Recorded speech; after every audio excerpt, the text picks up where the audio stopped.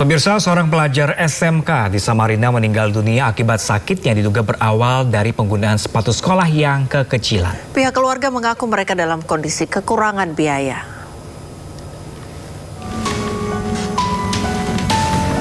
Sang ibu bercerita sejak kelas 1 SMK almarhum menggunakan sepatu yang ukurannya lebih kecil dari kakinya.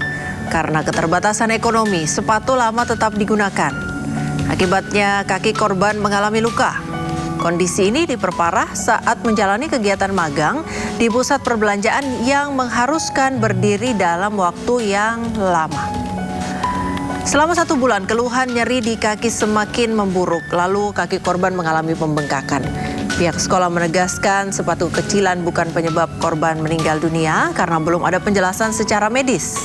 Namun menurut sang ibu, kaki korban membengkak sekitar 20 hari di bagian atas kaki dan rasa sakitnya menjalar ke pinggang dan kepala hingga membuat kondisi kesehatannya menurun. Aja gitu dari setengah bulan sakit itu memang nggak bengkak. Setelah hampir berapa lama ya, hampir sekitar 20 hari baru ada bengkaknya. Seperti itu. Di keseluruhan kakinya atau ya, ada di jari bagian, jemarinya? Bagian di atasnya kaki itu aja. Oh. Sebelumnya ngeluh sakit apa, Bu? Sakitnya ya di kaki. Di kaki. Larinya ke pinggang sampai ke punggung. Tuh, tapi dia biarkan aja. Terus sampai dibawa urut, bilangnya agak lumayan sudah enak, cuman kakinya yang agak sakit banget. Kan kalau dengar informasinya juga almarhum saat itu juga aktivitasnya lagi magang. Iya. Lagi magang terus di Ramayana dia berdiri terus, nggak ada ininya, opnya, ibaratnya kalau waktu istirahat baru dia duduk. Itu memperparah keadaan kakinya. Itu dia juga nggak berbicara apa-apa, cuma dia tahani aja sampai pulang baru dia bilang, "Mama, kakiku sakit banget." Itu di hari keberapa sebelum berpulang? Pas dia bengkak itu pas sudah sebelum 1 harinya lah sebelum dia meninggal. Sementara itu, pemirsa, pihak sekolah mengupload keterangan kronologis kejadian. Sekolah berusaha memberikan bantuan berupa menanggung biaya pemandian, pengafanan dan penguburan, serta membantu penyediaan ambulans. Pihak sekolah mengimbau tanpa ada diagnosa medis yang lengkap, maka sepatu tidak dapat disebut sebagai penyebab kematian karena belum terbukti. Korban baru mengeluhkan soal sepatu ke pihak sekolah pada kunjungan kedua di hari Kamis. 23 April 2026, sekolah selalu merespon setiap kali ada permintaan bantuan, baik bantuan uang, menyalurkan zakat, membantu mengaktifkan BPJS hingga merencanakan pembelian sepatu dan bantuan medis. Sayangnya hingga kunjungan sekolah pada 1 Mei 2026, korban belum pernah dibawa ke layanan kesehatan. Sehingga penyebab pasti kondisi korban belum diketahui secara medis.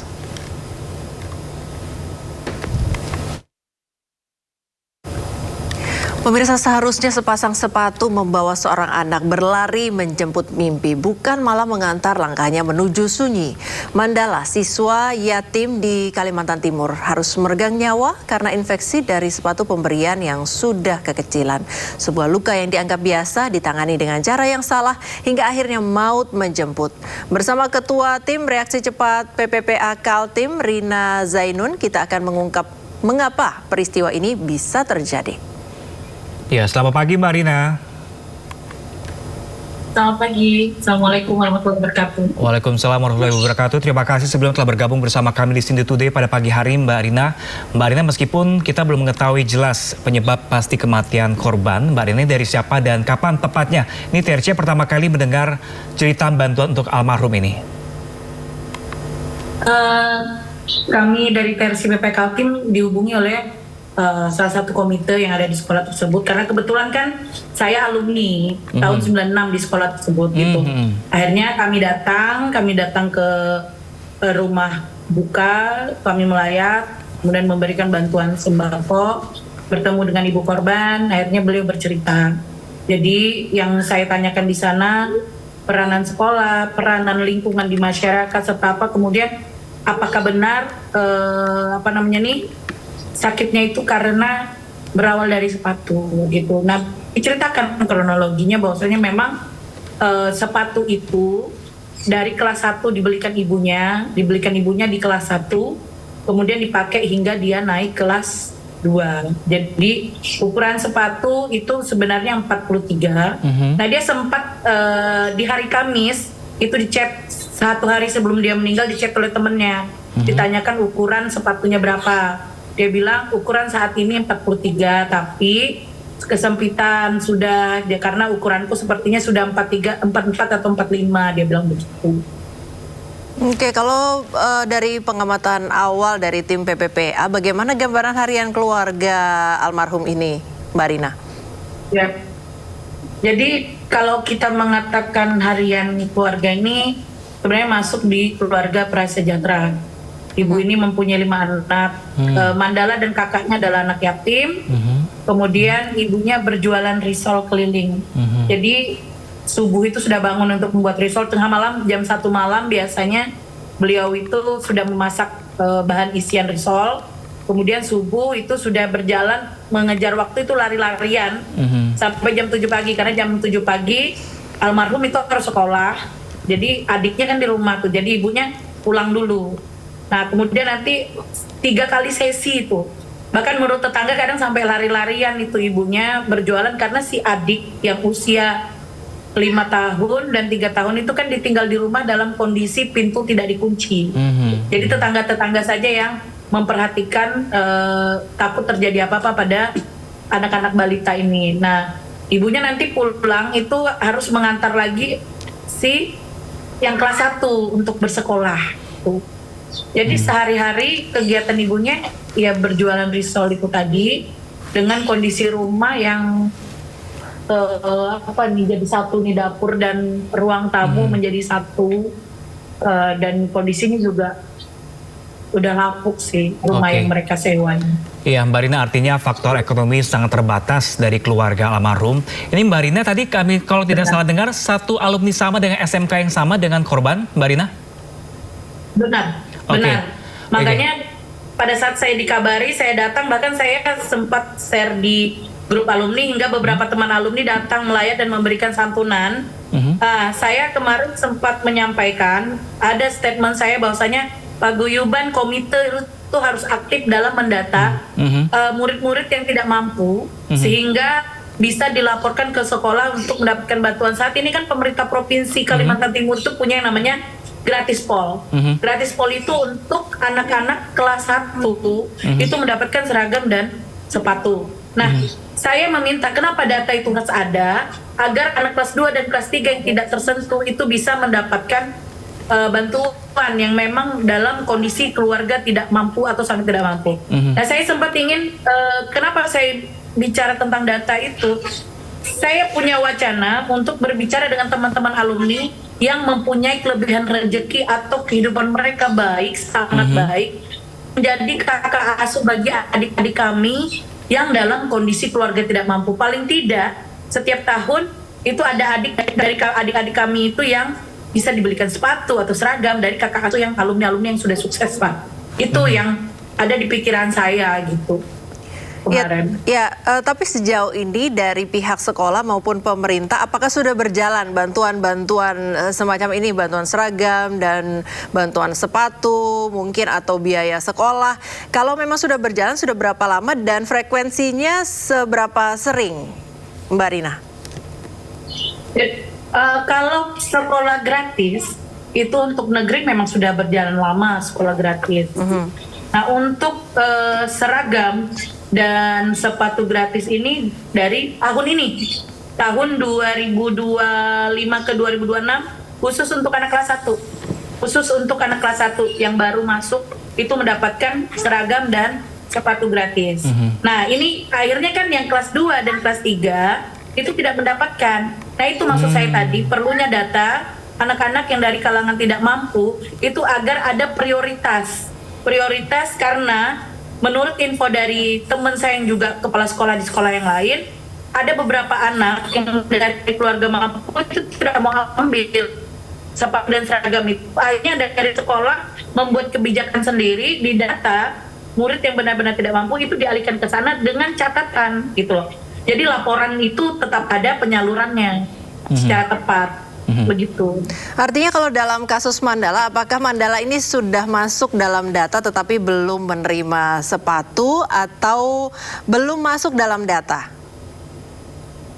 Kalau Mandala kan kelas 2, Ya. berarti dia tidak mendapatkan bantuan sepatu tersebut dari sekolah, dari Oke. pemerintah gitu. Karena tidak masuk, karena yang dapat hanya anak kelas 1 untuk tahun ini. Ya, artinya bantuan yang bisa didapat dan memungkinkan adalah wacana yang seperti Mbak Rina tadi sebutkan dari kakak asuh ya? Benar, seperti itu. Tapi itu tadi, penyesalan kita adalah karena kita tidak mengetahui kondisi adik-adik itu dari awal. Kami tahunya pada saat sudah meninggal, sudah kejadian seperti ini gitu. Makanya kemarin saya bicara dengan salah satu komite yang mengantarkan kami ke sini, yang mengetahui kejadian ini. Beliau mengatakan, Darin izin, ini saya kok bingung kenapa ada anak SMK 4 yang meninggal disolatkan di sekolah. Coba dong diselidiki dulu ada apa gitu. Makanya saya datang ke sini, ternyata kondisinya memang di rumah ini tidak muat untuk menyolatkan jenazah. Kemudian juga pihak sekolah lah yang membantu pemulasaran dan bahkan ambulans sampai ke pemakaman tadi. Iya, Mbak Rina, ini kan karena diduga masalah sepatu. Ini sebenarnya Mbak Rina sebagai juga alumni dan juga komite paguyuban, tergabung dalam komite paguyuban. Ini komunikasi antara pihak sekolah dengan pihak orang tua dan siswa dan juga komite seperti apa sih, berjalan nggak sih komunikasinya di sana?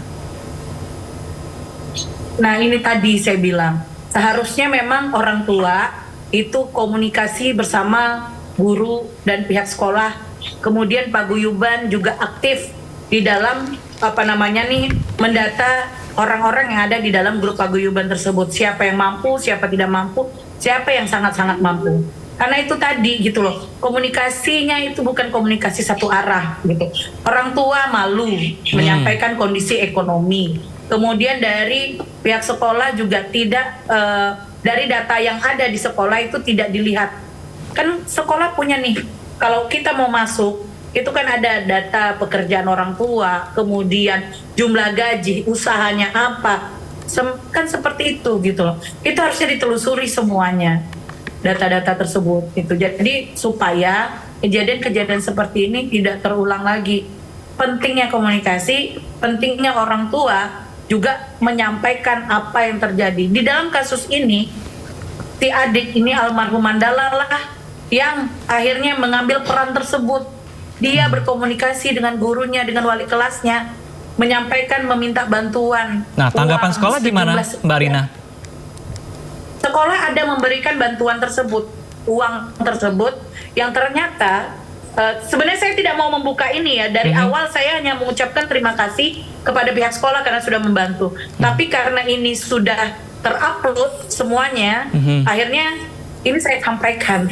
Saya dari awal sudah mengetahui isi chat dari adik Mandala kepada gurunya, meminta bantuan, uang. Ternyata uang itu yang isunya untuk pengobatan dan dimandikan, itu ternyata untuk membayar sewa rumah. Karena Mandala menyampaikan kepada ibunya, nanti kalau sudah siapa tahu selesai magang kan ada dapat uang untuk bisa mengganti tersebut. Makanya saya sampaikan kepada ibu almarhum, karena itu sifatnya utang, awal pembicaraan itu meminjam uang, meminta bantuan kepada pihak sekolah, diganti saja uang tersebut gitu loh. Kan dapat uang santunan tersebut supaya tidak ada sangkutan. Kalau memang itu diikhlaskan oleh pihak sekolah, harus ada akad antara orang tua dan pihak sekolah yang meminjamkan tadi, supaya jangan ada sangkutan dan tuntutan secara terus-menerus gitu. Penyampaian seperti itu. Karena kan juga pada saat meninggal almarhum ini banyak sekali bantuan, ada dari gubernur, kemudian dari alumni-alumni dan dari beberapa orang-orang yang baik hati setelah si adik ini tiada. Bahkan bantuan untuk kakaknya. Kakaknya itu bahkan sepatunya sebenarnya sudah mulut buaya menganga gitu. Dan adiknya yang SD itu tidak punya seragam. Baik. Gitu. Mbak Rina, satu lagi, ini tadi pihak sekolah menolak bahwa ini disebut meninggalnya karena sepatu begitu ya, sepatu kekecilan, karena pihak sekolah mengaku bahwa ada bantuan untuk seragam, untuk sepatu, dan juga untuk BPJS gitu. Nah, apakah BPJS ini juga berjalan, dan kalau memang BPJS ini berjalan, bantuan dari sekolah, kenapa kemudian Mandala ini tidak menggunakan jalur kesehatan, jalur pemeriksaan kesehatan yang seperti biasa begitu melalui BPJS? BPJS itu kan ada tunggakan pada saat orang tua ayah dari Mandala itu meninggal dunia. Nah, infonya dari sekolah kan ingin menguruskan BPJS tersebut. Tapi ternyata pada saat si Mandala meninggal, BPJS itu dikembalikan lagi dengan ucapan bahwa saya tidak bisa diuruskan. Dari sekolah? BPJS-nya, ya, BPJS itu dikembalikan dan belum sempat diuruskan. Jadi tidak bisa dipergunakan. Belum sempat dipergunakan itu BPJS gitu. Oke. Artinya bantuan sepatu tidak dapat karena dia sudah kelas 2, kemudian BPJS juga tidak bisa diuruskan karena ada tunggakan, sehingga ini apa kondisinya Mandala ini menjadi berlarut-larut ya? Benar. Jadi ini ada chat Mandala kepada ibu gurunya. Dia bahkan menyampaikan kepada ibu gurunya bahwasanya, Bu, dipotokan, alhamdulillah sudah mulai surut, bengkaknya itu udah mulai surut, bengkak di kaki. Saya akan coba paksa untuk bawa jalan dengan sepatu yang ada. Saya tidak mau mengeluh dengan ibu saya. Mantan sudah dikirim, Bu. Saya tidak mau mengeluh dengan ibu saya tidak mau menyusahkan ibu saya. Itu penyampaian dia kepada wali kelasnya gitu. Sebelum dia meninggal, dia sempat memfoto kondisi kakinya yang bengkak. Bahkan menurut tetangga di sini, dia itu jalan kondisi kaki bengkak, badan sudah sangat kurus. Badan sudah sangat kurus, jalan memegang dinding. Ya, baik. Terima kasih Mbak Rina Zainun, Ketua Tim Reaksi Cepat PPPA Kalimantan Timur, sudah bersama kami di Sindo Today pagi hari ini. Selamat bertugas kembali dan semoga kejadian seperti ini tidak terulang dan kembali. Dan ada evaluasi mungkin ya ke depannya. Ada evaluasi perbaikan sistem sehingga komunikasi antara dua arah, betul, orang tua sehingga dan juga sekolah. Siswa-siswa yang memang membutuhkan dapat tersalurkan menerima bantuan. Terima kasih Mbak Rina. Terima kasih Mbak Rina. Intinya adalah